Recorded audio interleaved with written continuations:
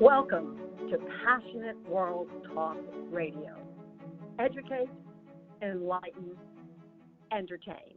Do you want to become a talk show host? Do you have a great idea? Passionate World Talk Radio is currently looking for podcast hosts for our Internet Talk Radio station. Please email us at pwrnetworkllc@gmail.com with your name, email address, cell phone number, and podcast topic. In return, you will receive a 3-minute intro on air to a live audience about your podcast. Remember, just email us your name, email address, and your podcast topic, and in return, you will receive a free 3-minute intro on the air. How cool is that? Hi, everybody. This is Betsy Wurzel, your host of Chatting with Betsy on Passionate World Talk Radio Network, where our mantra is educate, enlighten, and entertain. The views of the guests may not represent those of the host or the station. Folks, you're going to want to listen to my special guest. I am so over the moon excited. Yes, I do get excited. This is World Alzheimer's Awareness Month, and we need to be out there. We need to vocalize, and we need to speak up and put a face and a name to this disease. So post your pictures on your individual Facebook group or whatever media you use. My guest, I have to just read the bio because Mary Catherine Lundquist is amazing. Mary Catherine Lundquist has over 26 years of clinical and administrative experience in geriatrics, specializing in dementia care, supporting family caregivers, training professionals, and providing community health education. Mary Catherine is currently the program coordinator of the COPSA Institute for Alzheimer's Disease and Related Disorders at Rutgers University, Rutgers Health, University Behavioral Health Care. COPSA is comprehensive services on aging. COPSA includes geriatric assessment, the Memory Disorders Clinic, the Caregivers to Caregivers Helpline, and COPSA consultation and education services. Mary Catherine's expertise is in designing and implementing programs which enhance the quality of life for individuals with memory loss and their caregivers. Mary Catherine Lundquist, I probably could go on and on and on. Thank you for coming on Chatting with Betsy. You are amazing, and I wish I could clone you.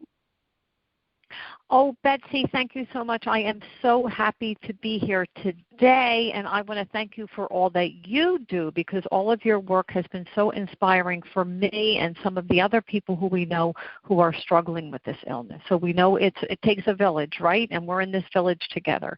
So happy to be here today and chat about our services. Well, thank you. I have to tell the audience, I met Mary Catherine Lundquist through the COPSA bereavement counseling support group, and it is wonderful. And I want to make it clear, COPSA is for New Jersey, in New Jersey, and I just want to say it was started by New Jersey family caregivers who were vocal and who advocated to get something for the caregiver and for their loved one. Mary Catherine, please tell us about yourself, COPSA. I hope there's something like this in other states, but this is a very good model for other states to look at COPSA in New Jersey.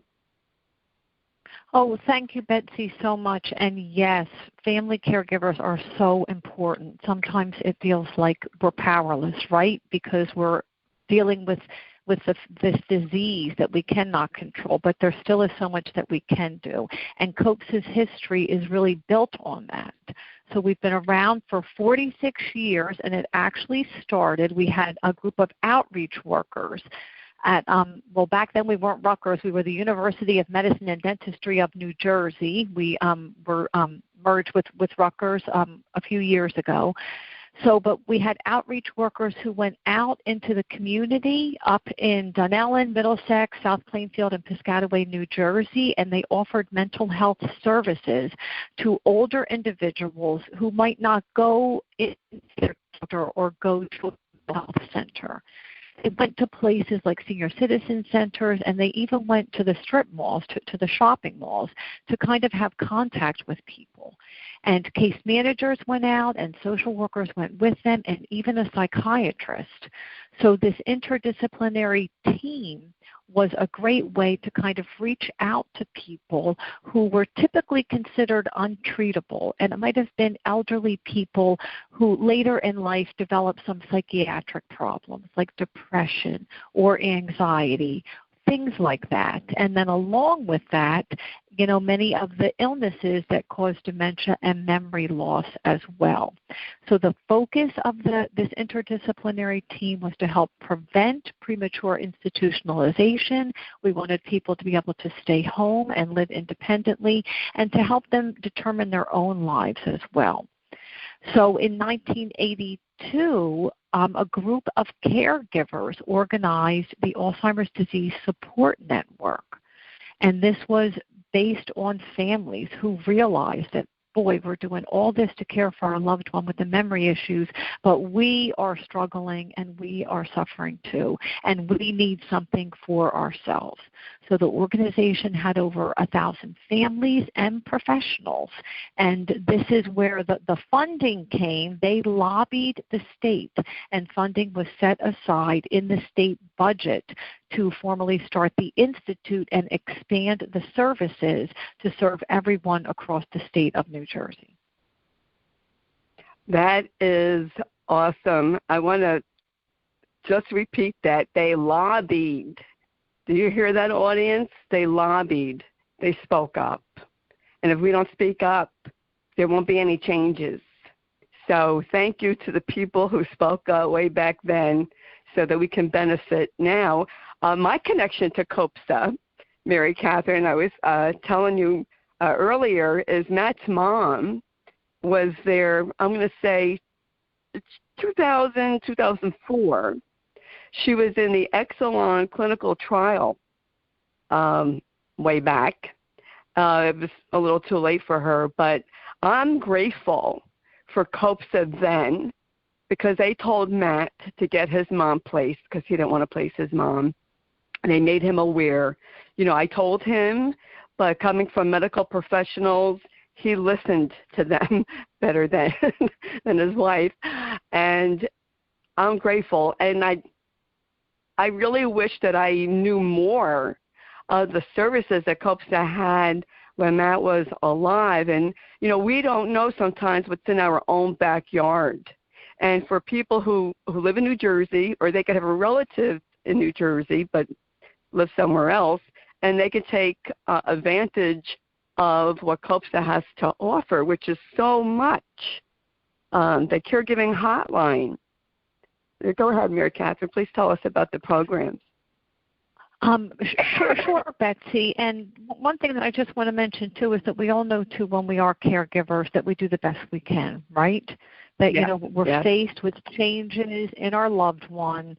We don't learn about these changes before our loved one gets the disease, right? And we know there are lots of diseases that can cause memory loss. We know there's like Alzheimer's disease, there's Pick's disease, frontal temporal lobe dementia. We know some people have a vascular dementia, and some people can have two things going on at the same time too.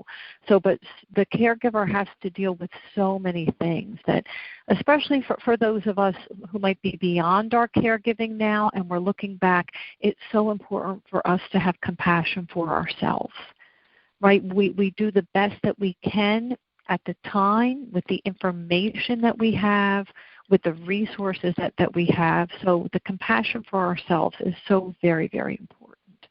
This is very overwhelming, right? There are a lot of resources out there. Yes, you're right about that, Betsy. So many resources, but sometimes it can be very overwhelming to even figure out all those resources and what's the best thing for me. Practically every county puts out like a thick booklet of, 1,000 things that can help you, but sometimes caregivers report to us that they don't even know where to start. They might get that booklet in the mail, or they might, download it online, but they don't even know what's that first phone call I should make. So that's where COPSA comes in, and that's how we can help, is that you can call and talk with someone on our caregiver helpline about your individual personal situation, what's going on with you, and then together with you, once we listen to you and we see what's most important for you at this time, then we can help point you in the direction of the resources that might be most helpful for you right now. So, Betsy, let me tell a little story too about just how important the caregiver is. That we also have a clinic in Edison at part of our Rutgers outpatient services, where we provide diagnosis for someone who is concerned about their memory, and also ongoing treatment for some of the behavioral disturbances that come up too. But oftentimes when a family comes into our clinic and they're walking down the hallway, when we look at the couple who's walking down the hallway, typically there's a person who's looking pretty good, right? They're walking, they look pretty physically healthy, and then oftentimes the person who's with them really looks exhausted. They might be hunched over a little bit. They're just kind of dragging. And take a guess, which one is the caregiver in that pair there? That's right, the one that's exhausted. Right, yeah. Oftentimes the person who has the Alzheimer's disease or the other neurocognitive disease, they look pretty good, right? Because the chemical changes happen in the brain, so physically the person may be more preserved. It's not that way with everybody, right? But with some people. So, and oftentimes the person who has the Alzheimer's disease, they don't have insight into their illness, right? They think that they're fine. They think that everybody else has a problem. So we know it's the caregiver who really carries the weight of the illness, because they understand what's going on. And in addition to understanding, they're managing everything. They're the one who has to take over all the finances. They're the one who has to do all the repairs around the home. They have to figure out, the groceries, the cooking, the cleaning. If they need to go for themselves to go to the doctor, they might not even have anyone to stay home with their loved one, and it might be unsafe for their loved one to be home alone. So caregivers all of a sudden have a lot to do just to get through the day, and it can be very, very exhausting. When you go to the doctor to see the doctor about your loved one's Alzheimer's disease or their stroke that they had, the doctor's always going to ask about how's the person who has the illness, right? So, and oftentimes the caregiver isn't even acknowledged what they're going through. So at COPSA, we try to do both of those things. We try to provide all the care and the service that the person who has the memory loss needs, but most importantly, too, we provide that for the caregiver.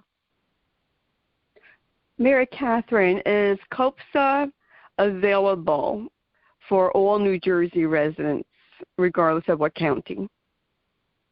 Yes, our helpline is for everybody who either lives in the state of New Jersey, or even you might be an adult child who lives in New Jersey and you have a parent or another relative or a sibling who lives in another part of the country, and we can still help you with them. Or you might be an adult child who lives in California and you have a parent who lives in New Jersey. We can definitely help you with that as well.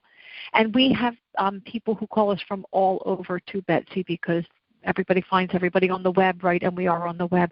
So we're always happy to have that initial phone conversation with someone from any part of the world, and then we're happy to get them in touch with the people around where they live who can provide some supportive services.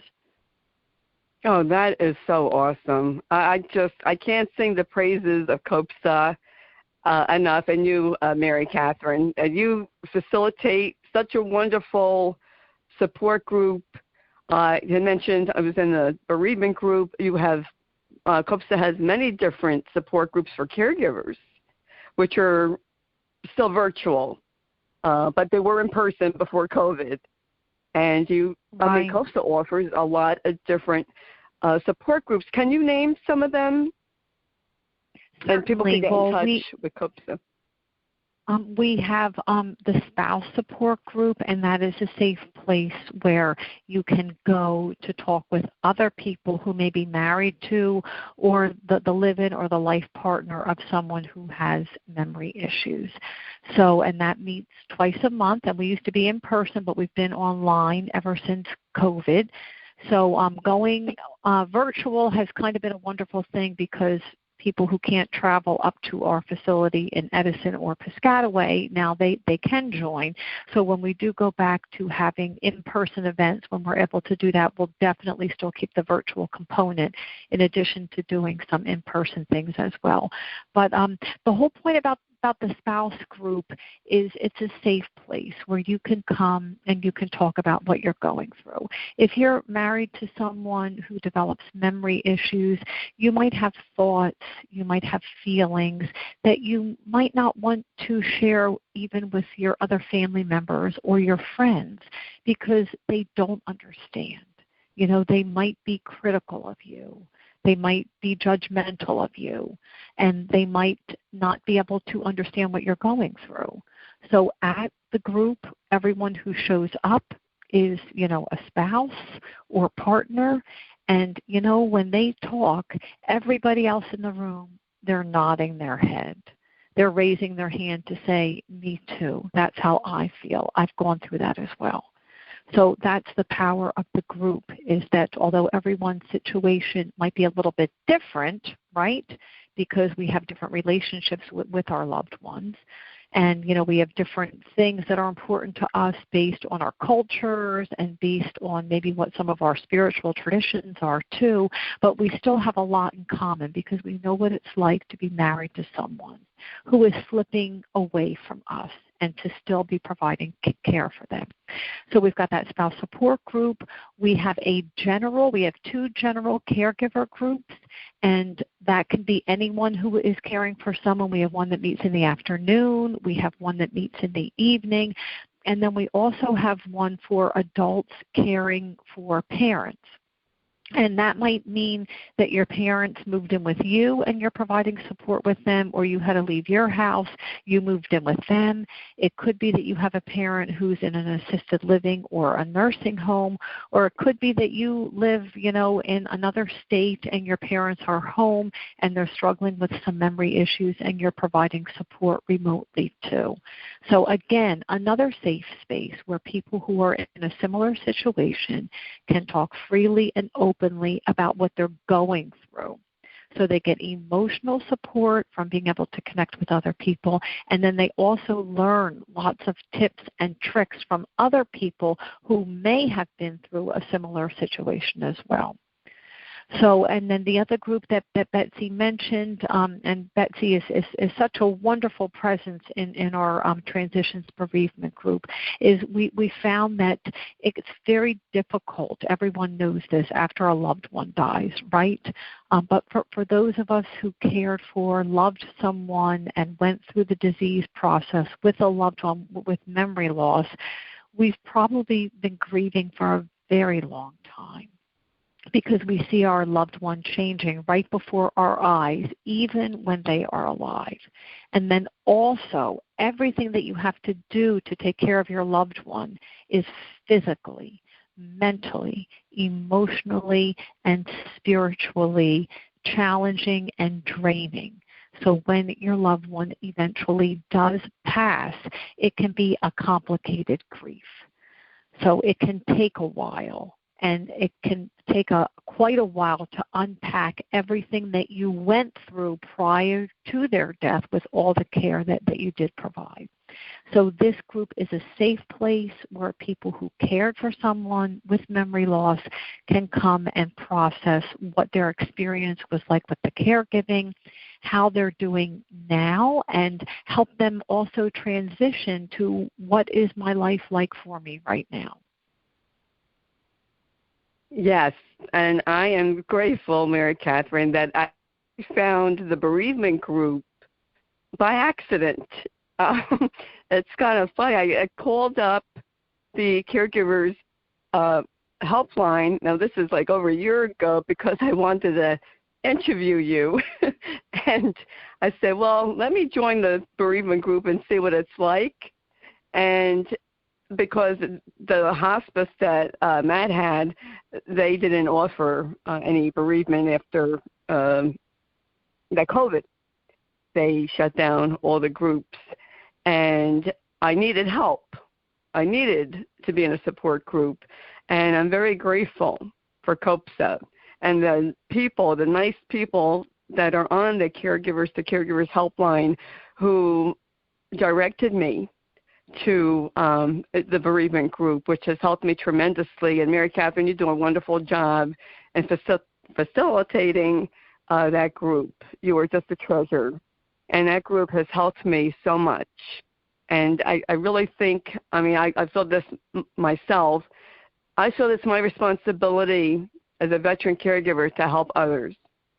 And that's what my show is about. It's about, paying it forward and telling people about resources like COPSA that's here in New Jersey. And I want everyone who's in New Jersey, if you need, any information, please, the information will be in the blog. Call up and get the resources, get the help that is available to you in New Jersey. And, call them up and see if there's something if you live somewhere else in another state. And I just can't thank you enough, Mary Catherine Lundquist, for coming on, chatting with Betsy, and telling people about COPSA. I failed to mention you are a social worker. Is that correct? Well, I'm an administrator, and I do a lot of social work, but I'm not formally trained as a social worker. Oh, okay. And you know what? I originally thought you were a nurse. Right. Well, we kind of do everything, right? Yes. You just seem like you have like you would be so great as a nurse, social worker. You just you're just wonderful. You have a very calming, soothing voice, which I wish I had. And you're just terrific. COPSA is terrific, and I can't thank you enough for coming on. And thank you for clarifying. I don't know why I thought you were a social worker. I guess because the work that you do.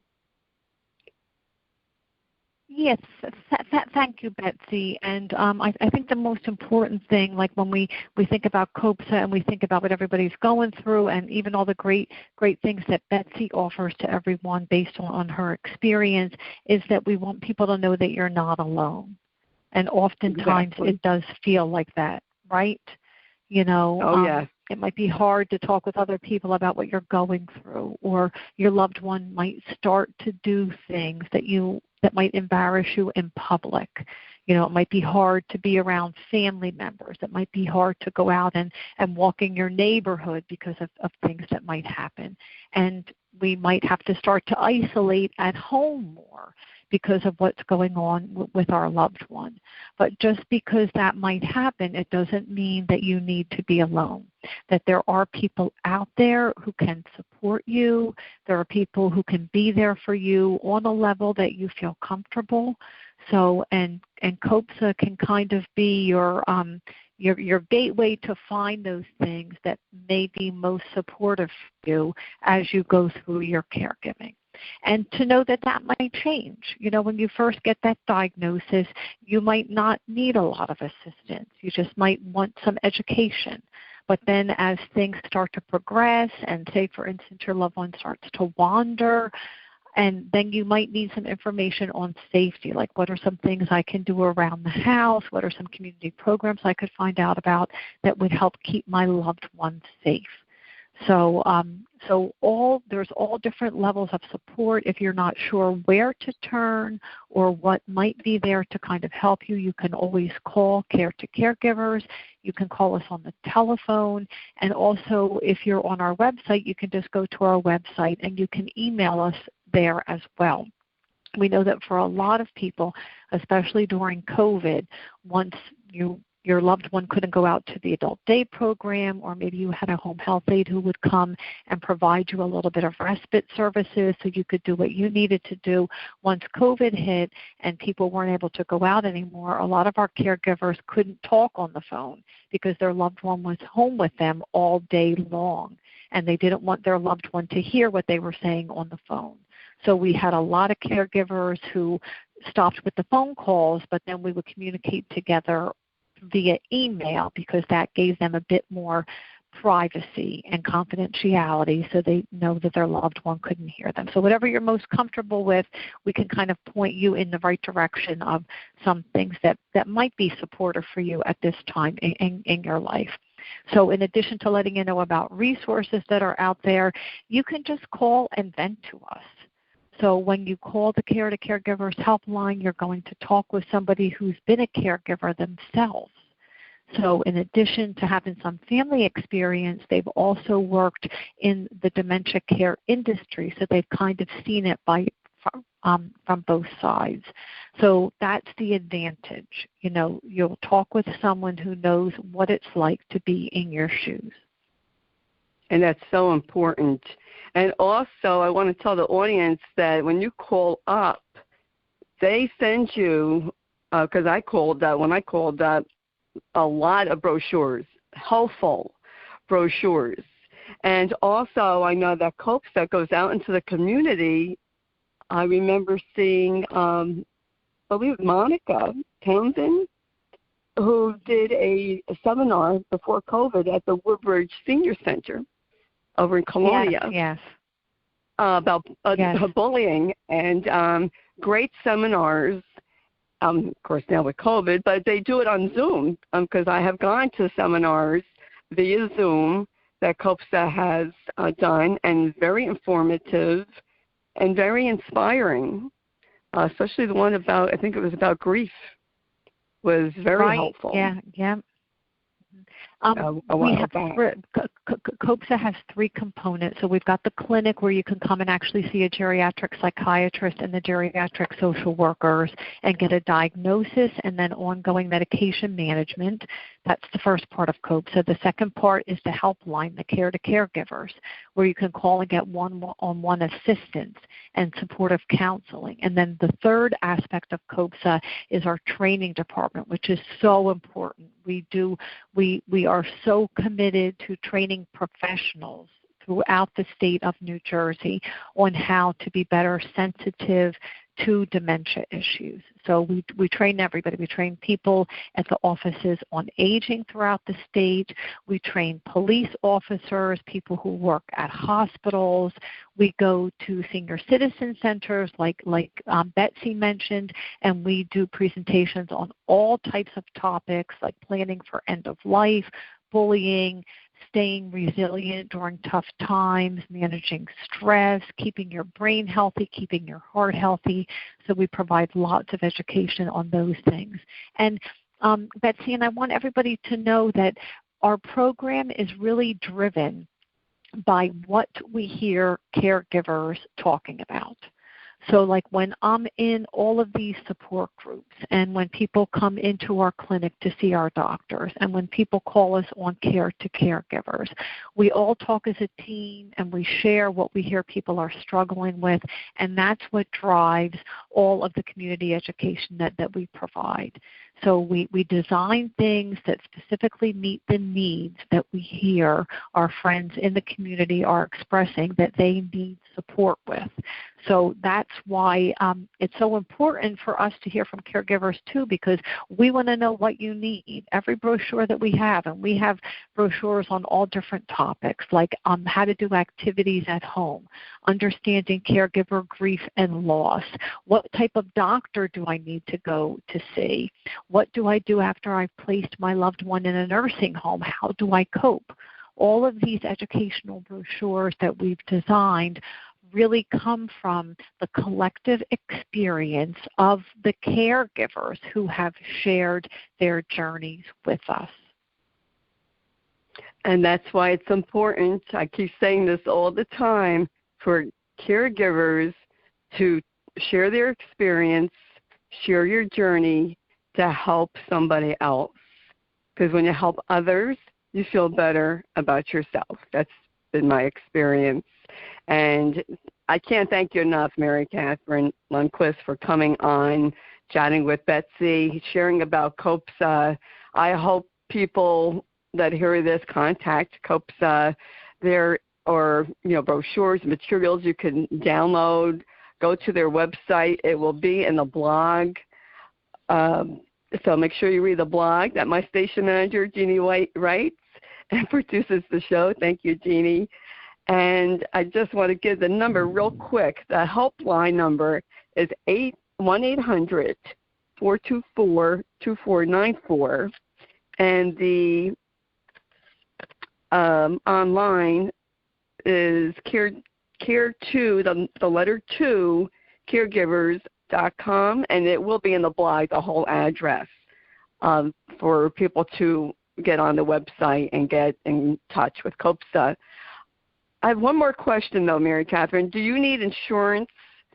How does that work? Do they take Medicare, private insurance? Well, the Care to Caregivers helpline is free for everyone. That's free and confidential, so there's no charge for that at all. And also all the training that we provide around the state is free as well for anybody who is attending, and all the virtual stuff that we do too. If you go to the clinic to see the doctor and the social workers, that is covered through your insurance. They take Medicare, they take Medicaid, they do take most of the major health insurance providers. But you actually can call our Access Center is how you get an appointment for to see the doctor there, and then they will go over your insurance to make sure. If you're not in network for us, oftentimes we can get a special dispensation from your insurance carrier, and if not, then we can help you find another provider near where you live who can provide a similar service. Oh, thank you. Thank you so much, Mary Catherine Lundquist. From the bottom of my heart, grateful to know you, grateful for COPSA. Audience, please share this podcast to help other people. And if you missed any of this podcast, you can hear it all over again, your favorite podcast station. It is free to subscribe to Chatting with Betsy. I'm on Speaker, Spotify, CastBox, wherever you listen to podcasts, that's where you'll find me. And I want to thank Lillian Caldwell, CEO of Passionate World Talk Radio Network, for giving people a platform to be heard when other places don't let you speak. Thank you, Lillian, for creating this network, this internet radio station. Quite a visionary. So thank you, Lillian. Thank you, caregivers. This is World Alzheimer's Awareness Month, but I want to thank the caregivers. You're doing a good job. Pat yourself on the back. Look yourself in the mirror and say, I am a great caregiver. And please contact COPSA. Please read the blog. Very important information will be in there. Thank you for listening. And until we chat again, please be kind. Thank you, everyone. This is Betsy Wurzel, your host of Chatting with Betsy on Passionate World Talk Radio Network. Bye-bye now. Do you want to become a talk show host? Do you have a great idea? Passionate World Talk Radio is currently looking for podcast hosts for our Internet Talk Radio station. Please email us at pwrnetworkllc@gmail.com with your name, email address, cell phone number, and podcast topic. In return, you will receive a 3-minute intro on air to a live audience about your podcast. Remember, just email us your name, email address, and your podcast topic, and in return, you will receive a free 3-minute intro on the air. How cool is that? Thank you for listening to Passionate World Talk Radio. You can listen to this program all over again by going over to https://passionateworldtalkradio.com.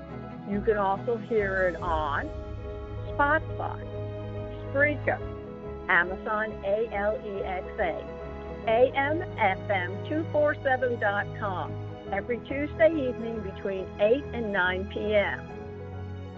YouTube, Facebook, Facebook Live, LinkedIn, and all the other podcast directories one can find on the Internet.